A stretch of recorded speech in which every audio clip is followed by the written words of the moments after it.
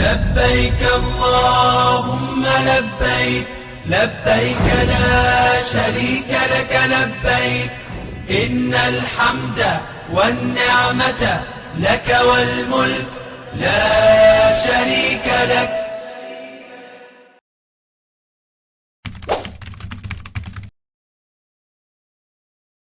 Arafah telah berlalu, Mina pun sudah kita tinggalkan.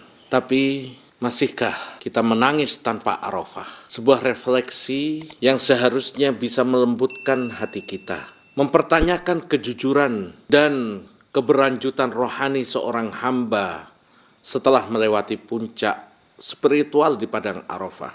Tempat ampunan agung dicurahkan, tempat air mata jatuh dengan ikhlas, dan tempat hati melembus dengan setulus-tulusnya. Di Arafah jutaan hamba berdiri di bawah panas matahari, menengadahkan tangan, memohon kepada Allah, menangis, mengakui dan menyebut dosa-dosa dan kelemahan dirinya.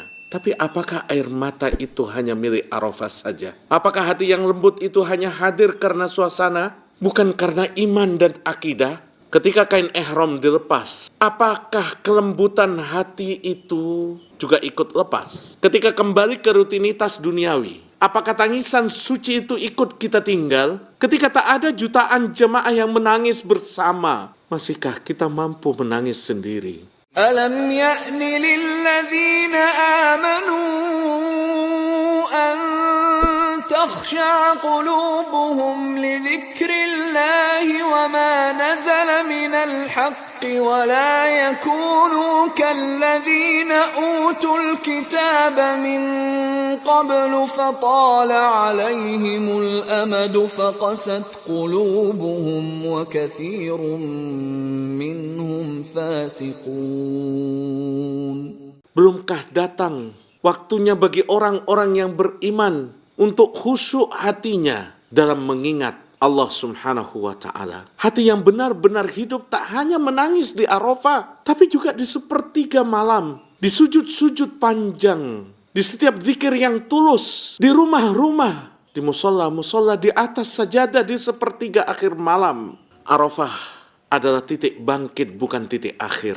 Jika kita menangis di Arafah, maka kita harus bisa menjaga air mata ini tetap mengalir. Bukan karena tempat, tapi karena kedekatan kita dengan Allah. Saat kita di Arafah merasa begitu dekat dengan Allah, begitu tinggi keimanan kita, karena Tuhan padang Arafah adalah Tuhan yang menguasai diri kita dimanapun kita berada, termasuk di rumah kita. Dan ampunannya yang kita cari di Arafah tersedia pula di setiap sujud malam hari bagi mereka yang hatinya masih merindu.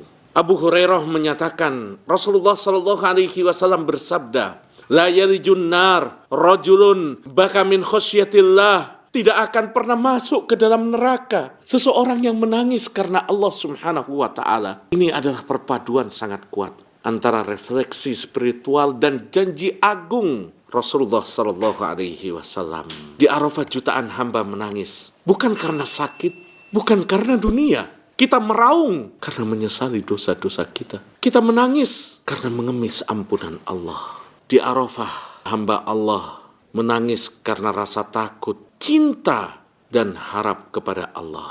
Arafah hanya satu hari, tapi tangisan karena Allah harus sepanjang hayat. Jika tangisan Arafah adalah hasil dari kelembutan hati, maka air mata yang sama harus bisa mengalirkan di malam hari dalam sujud, di sepi rumah, di pinggir sajadah. Masihkah kita menangis tanpa Arafah? Jika iya, berarti jiwa kita telah menyentuh kedekatan yang sejati. Jika tidak, mintalah kepada Allah, Ya Allah, lembutkan hatiku yang mulai mengeras karena dosa dan kemaksiatan yang aku lakukan. Setelah selesai haji, hidupkan kembali roh Arafah dalam diri kita.